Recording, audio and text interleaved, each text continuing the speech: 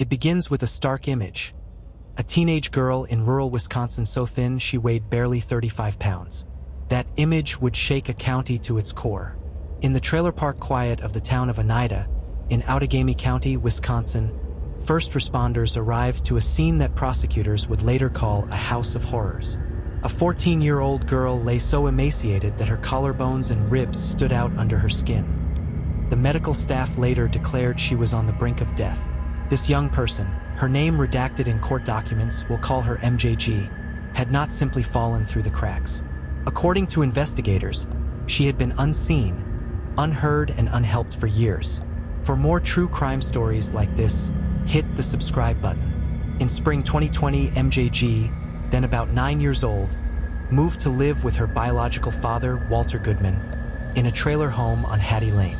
According to the complaint, the move marked the start of a new household arrangement. From that moment on, she entered a world that would shrink her life. Note, the exact move-in date is drawn from the complaint's timeline. Walter Goodman lived in the home with his wife, Melissa Goodman, not MJG's mother, and Melissa's adult daughter, Savannah Lefevre, and Lefevre's partner, Kayla Stemler. A teenager, 15, also lived in the home, but the complaint focuses largely on MJG and the adults. According to the charging documents, the situation shifted significantly when Kayla Stemler moved into the home in August 2021.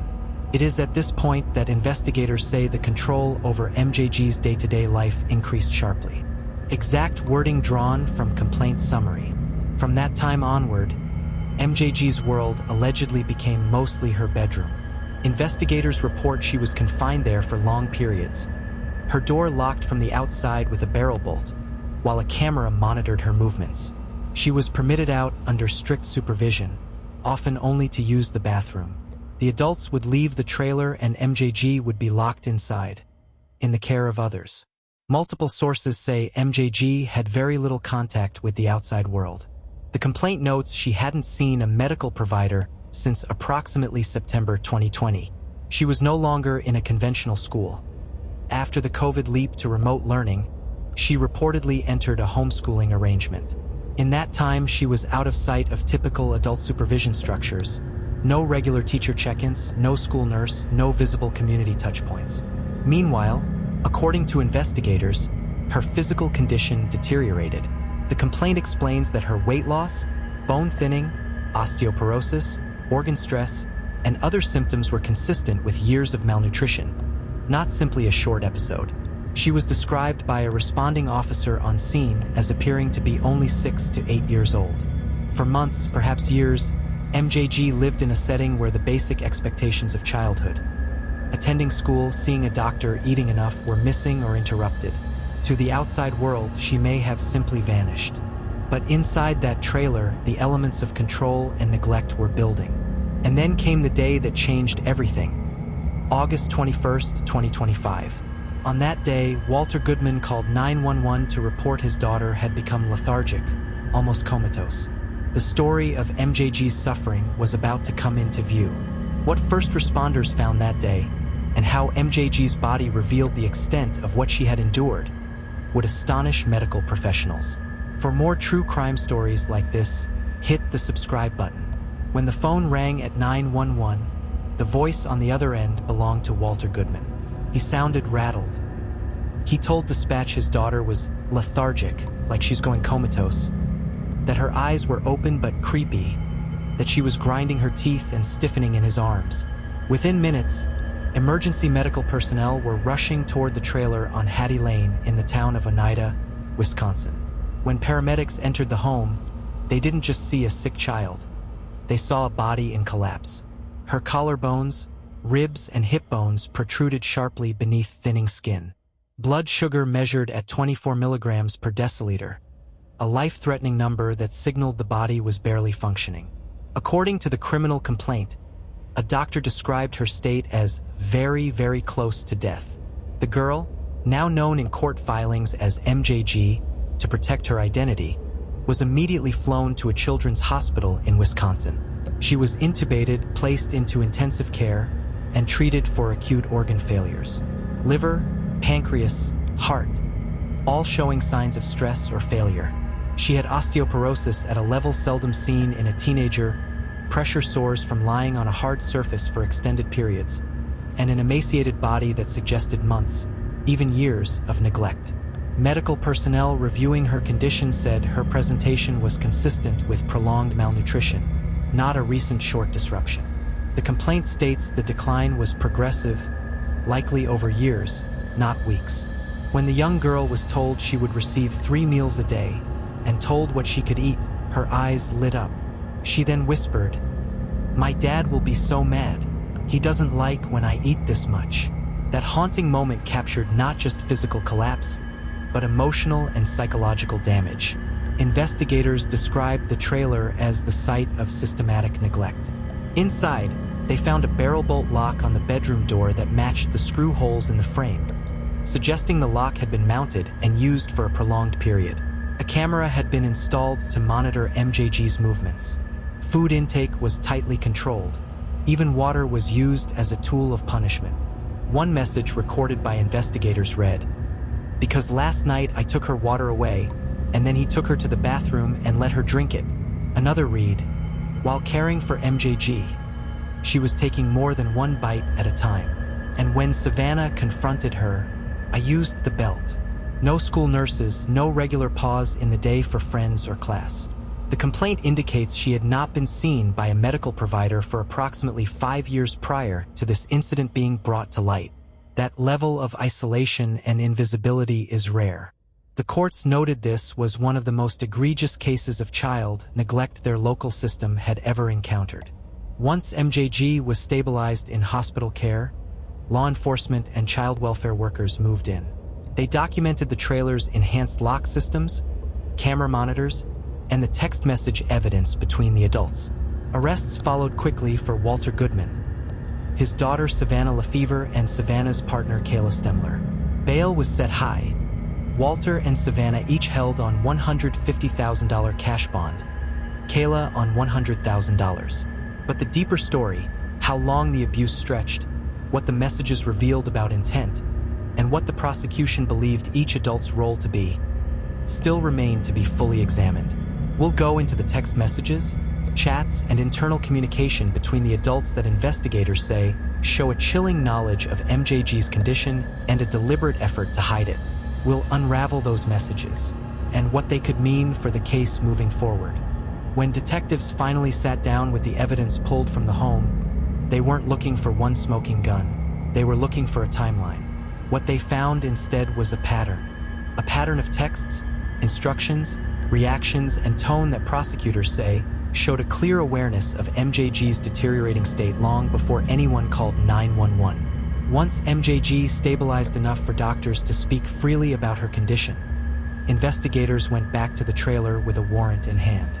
They photographed the small bedroom where she had been kept. They documented the barrel bolt lock on the outside of the door. They took note of the camera mounted to monitor her. They logged the food restrictions, the soiled bedding, the makeshift punishments. But digital forensics would reveal the atmosphere inside the house far better than any physical evidence. For more true crime stories like this, hit the subscribe button. Detectives began reviewing the phones of Walter Goodman, Savannah Lefevre, and Kayla Stemler. The messages they recovered didn't just describe rules, they described control. There were messages about MJG taking more than one bite at a time. Messages about water being taken away for being bad. Messages about punishing her with a belt. And more messages asking whether she had eaten too much. What struck investigators wasn't simply the content, it was the casual tone. The way it was described as part of the normal day. The way the conversation flowed as if restricting food or disciplining her for eating was standard household procedure. Prosecutors would later say the messages reflected full awareness that MJG was losing weight, shrinking in strength, and becoming less responsive. The adults noticed the changes, the complaint makes that clear. They discussed her habits, her fatigue, her reactions. What they didn't do was seek medical care. According to investigators, the last recorded medical visit they could verify occurred years earlier. No doctor, no school nurse, no mandated reporter. Nobody outside the home had eyes on her. One of the details that chilled investigators most involved the final hours before the emergency call. Messages between the adults suggested frustration with MJG's behavior. There was mention of water being withheld. There were descriptions of her lying down, not responding well, and becoming more difficult to manage. To an outside observer, especially a doctor, the signs would have been unmistakable. A medical emergency was unfolding slowly across hours. But no one called 911 until she was nearly unresponsive. As the investigation moved forward, the Outagamie County Sheriff's Office made the first round of arrests. Walter Goodman, MJG's biological father, was taken into custody and charged with child neglect causing great bodily harm. Savannah Lefevre and Kayla Stemler, both legal adults living in the home, were arrested next, facing similar charges, including failure to prevent bodily harm and contributing to the neglect. Their bonds reflected the seriousness of the allegations. Walter Goodman, $150,000 cash bond. Savannah Lefevre, $100,000 cash bond. Kayla Stemler, $150,000 cash bond. A fourth adult connected to the household would later be added to the case. Court officials later described the case as one of the most egregious child neglect incidents they had ever seen. As detectives confronted each adult, the story shifted depending on who was speaking. Walter Goodman insisted he fed his daughter and that she had been eating. He emphasized that she struggled socially and developmentally, implying the situation wasn't as clear-cut as it appeared. Savannah Lefevre distanced herself, pointing to her role as a caregiver but claiming she didn't realize how bad the situation had become. Kayla Stemler reportedly admitted at points to disciplining MJG but denied intentionally withholding food. But investigators had the messages.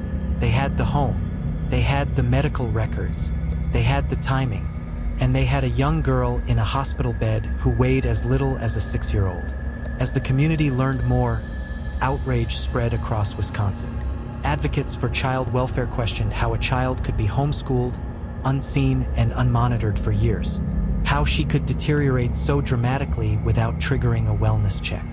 How a teenager, not a toddler, could fall so far without anyone noticing her absence beyond the walls of her home. For more true crime stories like this, hit the subscribe button. Local authorities said the case highlighted dangerous gaps in oversight for homeschooled children, especially when no outside adults maintain contact with the family. When the 3 defendants appeared for preliminary proceedings, the prosecutor said the case reflected extreme neglect and near-fatal starvation, emphasizing that medical experts believed MJG's condition developed over a long period. But behind the scenes, prosecutors were weighing something even heavier. Were the charges severe enough? Did the evidence suggest intent? Would more charges follow as the investigation deepened? Because as severe as the first round of arrests was, detectives were still unpacking messages, timelines, and statements. And the most haunting question hadn't yet been answered. How close was this case to becoming a homicide? We move into the courtroom. The charges, the hearings, the prosecutor's arguments, the defense strategies, and the terrifying medical testimony that shows just how close this child was to dying will also reveal what could happen next, what the trials may hinge on, and whether more charges are still possible. By the time the 3 adults charged in MJG's case were brought into court for their early hearings, the hospital had stabilized her vital functions. She was still severely malnourished, still deeply fragile, but alive. Her survival gave prosecutors something rare in near-fatal neglect cases. The victim's body could speak for itself through medical testimony. And the testimony was devastating. Doctor after doctor described a child who did not just miss a few meals, but who had endured long-term starvation. The prosecutors laid out the data: 35 to 40 pounds on a 14-year-old frame. Blood sugar at a level consistent with imminent death. Organ strain indicating prolonged caloric deprivation. Bone density equivalent to that of a geriatric patient. Pressure sores showing extended periods of immobility. For more true crime stories like this, hit the subscribe button. One pediatric specialist told the court the girl was within hours to days of dying. Another stated firmly that her condition could only develop over a long duration.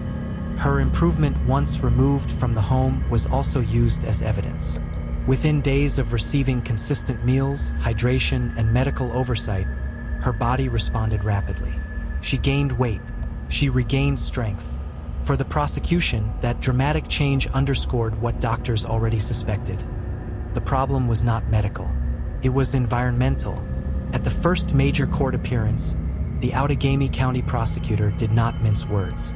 They told the judge this case represented one of the most severe, prolonged cases of child neglect local authorities had ever seen. They emphasized, household adults controlled the girl's food access. She had not seen a medical professional for years. Her living environment showed signs of confinement. The messages between caregivers reflected awareness of her condition. The prosecutor argued the defendants didn't simply fail in their duties, they made choices. Choices that left a teenager weighing the same as a kindergartner. Each defendant tried to distance themselves from responsibility. Walter Goodman, MJG's biological father, insisted he fed his daughter. He told investigators she was always small, that she didn't eat much, and that he believed she was healthy. His defense leaned heavily on the argument that he was overwhelmed and unaware of how severe the situation had become. Savannah Lefevre. She acknowledged participating in her care but said she had no medical training. Her defense suggested she relied on Goodman to make major decisions, implying she believed he was monitoring the situation. Kayla Stemler. She admitted to moments of discipline but denied intentionally withholding food. Her legal team said she followed household rules set by Goodman and didn't realize how much responsibility she effectively held. But prosecutors countered all three explanations with the same set of facts. There were multiple adults in that home. Not one of them called a doctor in years. As digital evidence expanded and interviews accumulated, a fourth adult was added to the case. This individual, also connected to the household, faced charges related to contributing to the environment in which the girl was kept. Their inclusion showed investigators believed neglect wasn't isolated. It was systemic. Outside the courtroom, the case stirred broader outrage. Child welfare advocates questioned how a homeschooled teenager could disappear from public view for years. School oversight experts pointed to gaps in reporting, noting that once a child leaves traditional classrooms, mandatory reporters vanish from their daily life. The public wondered how the girl's absence from community activities, medical appointments, and social life went unnoticed. Local agencies admitted the case exposed vulnerabilities, especially for children whose only guardians are the very individuals controlling their access to the outside world. As of the most recent hearings, all four defendants face child neglect causing great bodily harm, failure to prevent bodily harm, other related charges depending on the defendant's role. These are felonies that can carry years, even decades, in prison if convicted, but prosecutors are still evaluating evidence. More serious charges have not been ruled out. If new medical information emerges or if intent becomes clearer through digital evidence, the case could escalate. And while the victim continues to recover physically, prosecutors are preparing for a legal process that could stretch many months. In court filings, in press conferences, and in interviews, one theme keeps resurfacing. This case is not about a sick child. It's about a child who was made sick. This distinction matters, legally, morally, and emotionally. The girl's recovery is ongoing. She remains under state care, receiving treatment, nourishment, and therapy. Officials say she is gaining weight and stability. She is talking more. She is smiling. She is healing. But what she endured will shape her life forever. As the courtroom continues its slow march toward trial, one fact hangs over the case. If that 911 call had been delayed hours longer, this story would almost certainly be a homicide investigation. The justice system now has to unravel how four adults, living within feet of a child, failed to act until it was almost too late. Thank you for watching. You've been watching True Crime Story Vault, where every story is told with facts. Comment your thoughts below. And for more true crime stories like this, hit the subscribe button.